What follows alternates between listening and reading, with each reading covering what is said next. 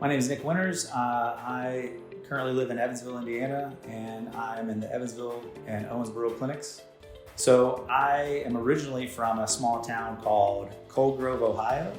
I migrated from there when I was 9 and pretty much grew up outside of Cincinnati in a place called Fairfield, Ohio. I went to Georgetown College.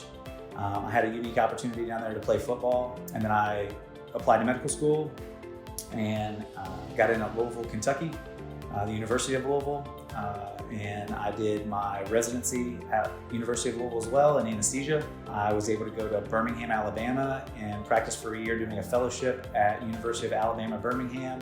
And then I came straight to Evansville, Indiana and joined one of my friends, Dr. Stephen Young, and have been here ever since. I was really drawn to pain management and anesthesia actually due to the significant difference you can make in a patient's life and fairly quickly. I think initially I saw pain management physicians when my mother was working at hospice. I kind of always joke that I grew up in hospice.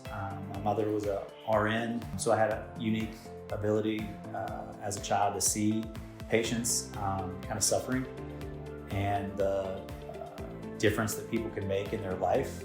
What we do on a regular basis, have the ability to see a patient who's struggling, who's having difficulty with function, depression, just all the things that go along with chronic pain, and having the ability to kind of alter their path, hopefully, and get them feeling better and getting them more functional.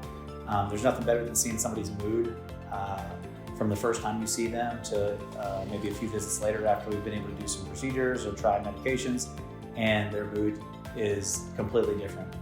Generally, the first appointment includes seeing the medical assistant or the nurse first.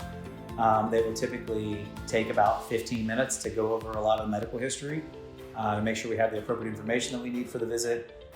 They will then come let me know that the patient's ready, go over some questions that I might have with the patient, and then I will go in the patient's room with the medical assistant and we will do a quick synopsis of what they said. I will examine the patient and see what I think might be going on, and then we'll spend 5 to 10 minutes discussing any questions that might be had by the individual patient, and then going over kind of what we think is the problem. There's almost always options, is what I would tell you. All patients have options that can help them feel better. I guess my fun fact would be I took breakdancing lessons when I was a child, and I can do a pretty significant head spinner with breakdancing, and I just like to have a good time every day in life. So